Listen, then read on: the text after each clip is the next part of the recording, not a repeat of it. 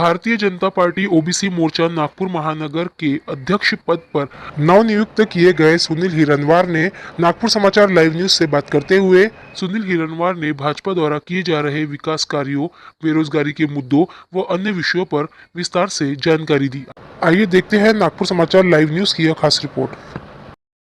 Sir, आपको Bharatiya Janata party OBC मोर्चा के नागपुर शहर अध्यक्ष पर नियुक्ति की गई है आपकी, तो आपकी क्या प्रतिक्रिया रहेगी और आप अपने संगठन को किस प्रकार से मजबूत करेंगे, आप क्या बताना चाहेंगे? नमस्कार, मैं सुनील हिरनवार, भारतीय जनता पार्टी ओबीसी मोर्चा नागपुर शहर अध्यक्ष। मुझे माननीय केंद्रीय मंत्री नितिन जी गडकरी, माननीय श्री देवेंद्र जी फडणवीस उप मुख्यमंत्री, इनके द्वारा शहर में महाराष्ट्र के प्रदेश अध्यक्ष चंद्रशेखर जी बावनकुले, बंटी कुकड़े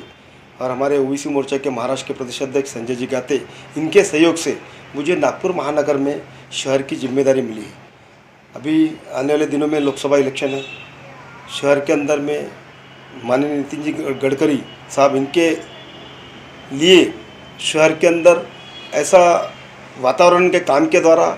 उनके कार्यों के द्वारा उन्होंने देश में और शहर में जो काम किया है, नागपुर शहर में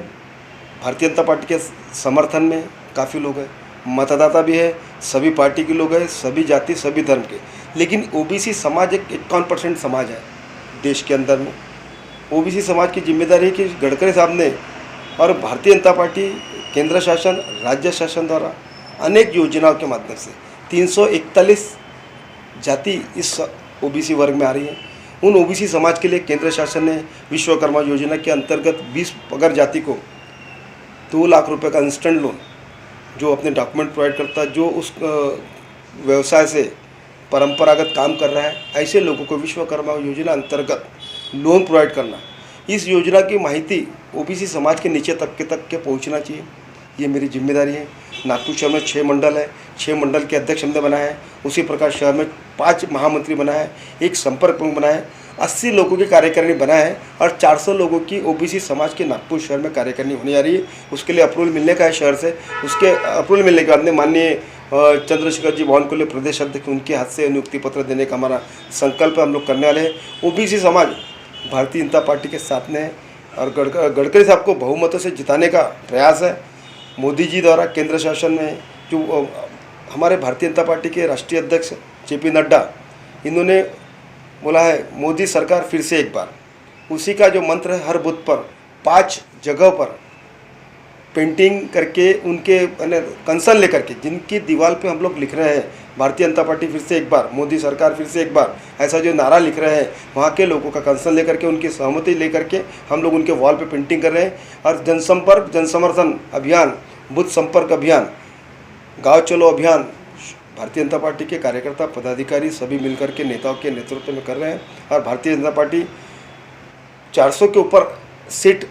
मिलने की संभावना है और हमें पूरा विश्वास है कि देश की जनता मोदी जी के नेतृत्व को स्वीकार किया है। मोदी जी ने अनेक योजना नीचे से लेके बड़े लोगों के लिए, सभी के लिए, व्यवसाय से लेके एक युवा वर्ग के लिए भी, खेल में उत्साह निर्माण करने के लिए खेल को भी बढ़ावा दिया है,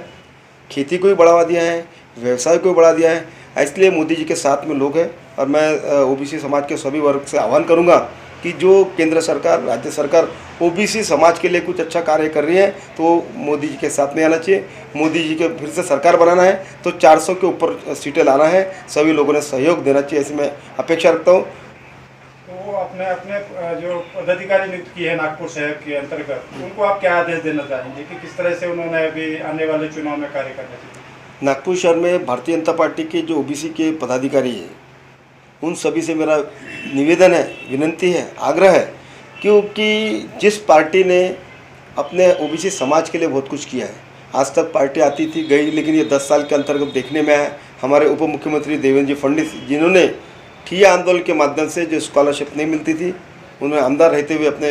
तहसील ऑफिस कार्यालय में, कलेक्टर ऑफिस में निवेदन दे के, मंत्रालय से करके जो ओबीसी समाज के लिए लड़ा है, आज महाराष्ट्र में उप मुख्यमंत्री है, लेकिन उनका ध्यान विशेष करके ओबीसी वर्ग के लिए है और सभी समाज के नीचे तबके के लोग हैं जिनको सही में आवश्यकता आरक्षण की, ऐसे लोगों के लिए वो प्रयासरत है। अभी मराठा समाज को भी 10% आरक्षण का उन्होंने घोषित किया है। मैं स्वागत करता हूँ, क्योंकि आरक्षण का बोलना और इम्प्लीमेंट करना उस कार्यकाल के अंतर्गत उसी कार्यकाल में उन्होंने किया है। मैं उनका भी धन्यवाद करता हूँ और मराठा समाज को बधाई देता हूँ कि जो आरक्षण महाराष्ट्र शासन ने दिया है उनके लिए वो लाभ ले। ओबीसी के ये नेता है छगन भुजबल, वो आरोप करते हैं कि जो मराठवाड़ा को आरक्षण दिया जा रहा है तो ओबीसी कोटे का आरक्षण उनके इसका नुकसान होगा ओबीसी का, तो इसमें आपका क्या बोलना है उसके बारे में? ओबीसी समाज में जो कुछ ऐसा लग रहा है कि कुछ लोगों का कहना है, अध्ययन किए सभी लोग ने, हमने भी अध्ययन किया इसमें, कि इसमें क्राइटेरिया जो है वो ठहरी हुई क्राइटेरिया परसेंटेज ठहरा है,